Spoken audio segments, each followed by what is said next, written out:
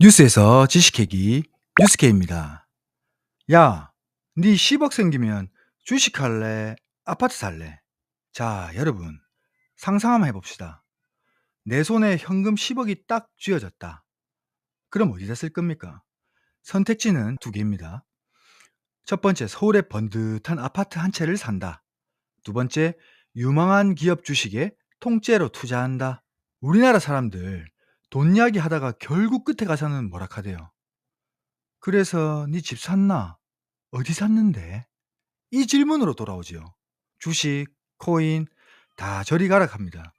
한국에서는 무조건 부동산이 대장 아니겠습니까?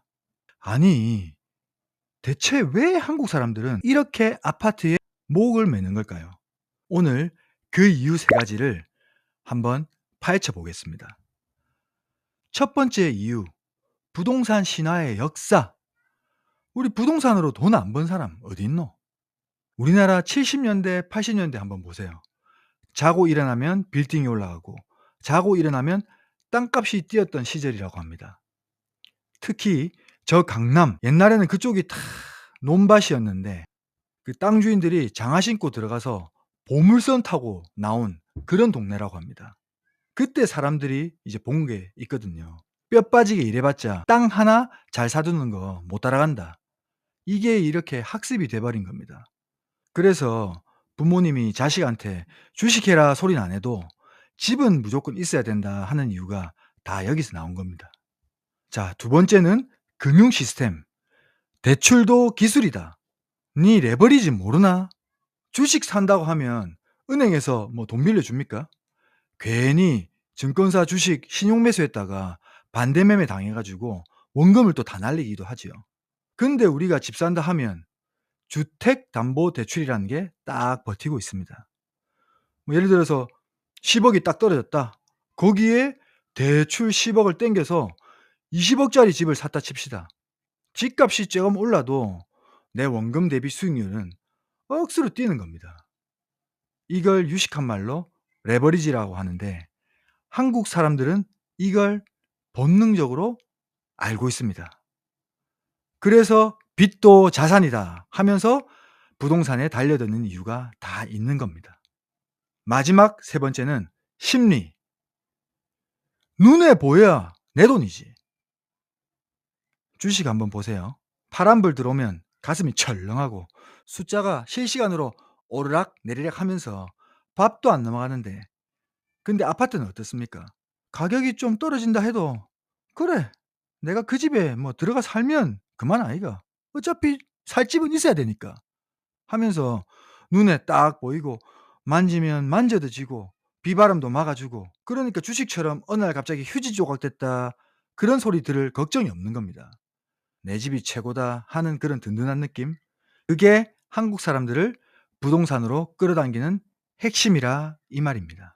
역사, 금융 시스템, 심리, 이 세 가지가 바로 대한민국 부동산 불패 신화를 만들어 온 주요 이유입니다. 근데 여러분, 우리나라 부동산 역사를 보면 영끌에서 집을 사면 돈을 버는 시대였는데 왜 들어서는 정부마다 부동산 가격은 잡고 주가는 기를 쓰고 올리려고 애쓰는 걸까요? 바로 자금이 증시로 들어가면 경제 성장에 더 직접적으로 도움이 되기 때문입니다. 그 이유를 한번 알아보겠습니다. 자, 여기 두 나라가 있습니다. 내 손에 돈이 딱 생겼을 때 아파트 사는데 집중하는 나라와 기업 주식 사는데 밀어주는 나라. 과연 어떤 나라가 진짜 부자 소리를 들을까요? 첫 번째, 부동산에 목숨 거는 나라. 여기 사람들은 돈만 생겼다 하면 어떻게 합니까? "야야, 딴 거 필요 없다. 남는 건 땅이랑 집뿐이다." 하면서 아파트 사고 땅 사고 건물 사기 시작합니다. 그러면 어찌 됩니까? 집값은 천정부지로 치솟고, 그러니까 "봐라, 부동산이 답이라고 안 하나."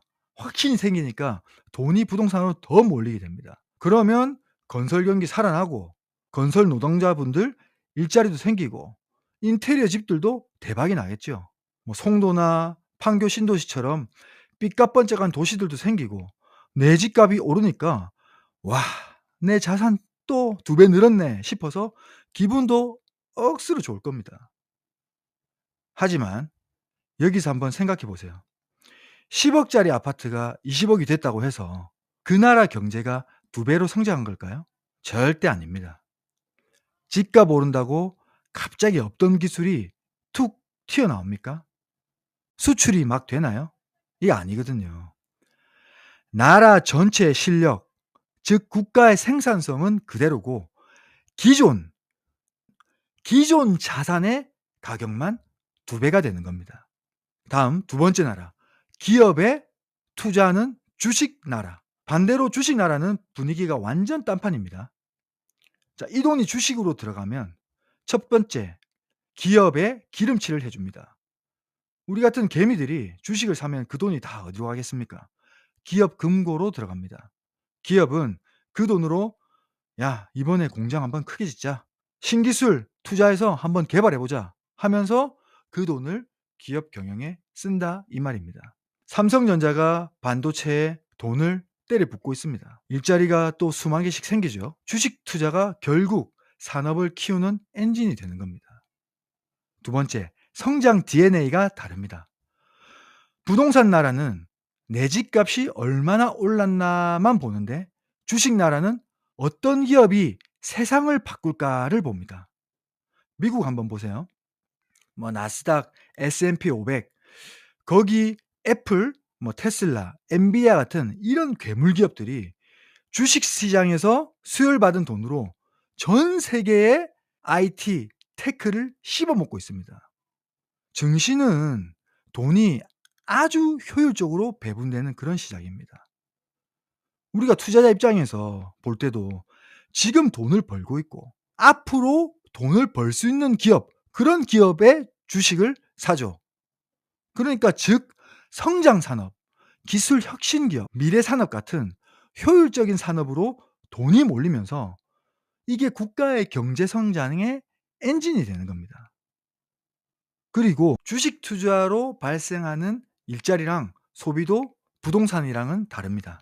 뭐 부동산 건설업도 일자리가 나기는 하지만 주식 나라에서는 기업이 크면 어떻게 됩니까?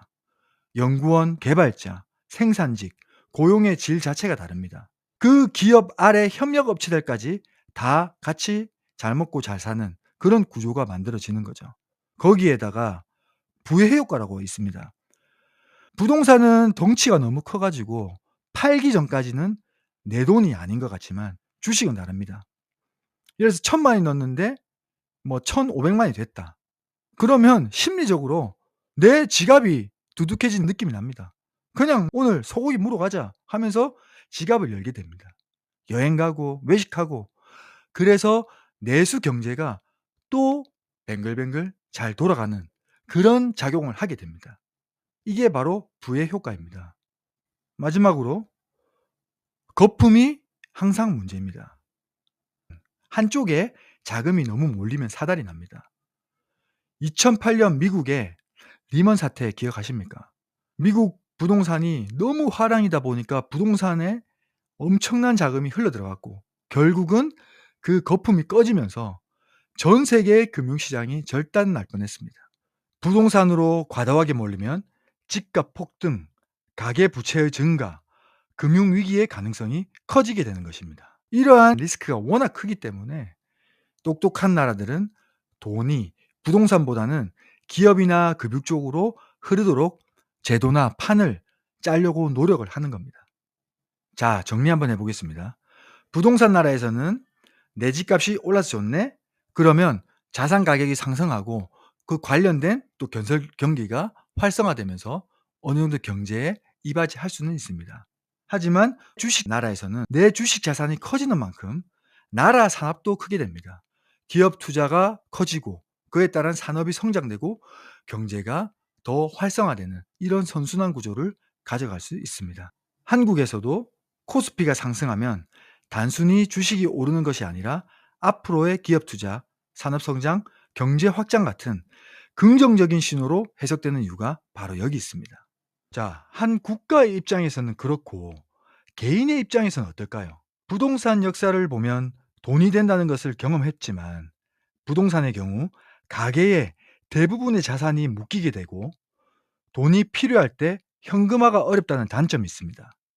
그리고 가장 큰 유지 비용, 재산세, 종부세, 수리비, 그리고 매도 시의 양도세까지 비용이 크다는 단점도 있습니다. 반면 주식은 투자한 기업이 성장하면 개인의 자산도 함께 불어나고 또 적은 돈으로 투자도 가능하고 수익에 대한 세금도 거의 없고 언제든지 현금화할 수 있다는 장점이 있습니다. 단, 주가가 오르락내리락 변동성이 크고 기업 분석 등 지속적으로 공부도 필요하다는 단점 아닌 단점이 있습니다. 결국 개인 입장에서는 부동산이든 주식이든 중요한 것은 시대 흐름에 맞게 어떠한 자산을 내가 얼마에 사고 얼마에 파느냐가 더 중요하다고 볼 수 있을 것 같습니다. 여러분은 어떻게 생각하세요? 앞으로 우리나라 돈이 계속 아파트의 벽돌 사이에 낑겨 있을까요? 아니면 이제는 진짜 주식 시장으로 넘어와서 경제 엔진을 돌리게 될까요? 오늘 영상이 도움이 되셨다면 구독, 좋아요 부탁드립니다. 감사합니다.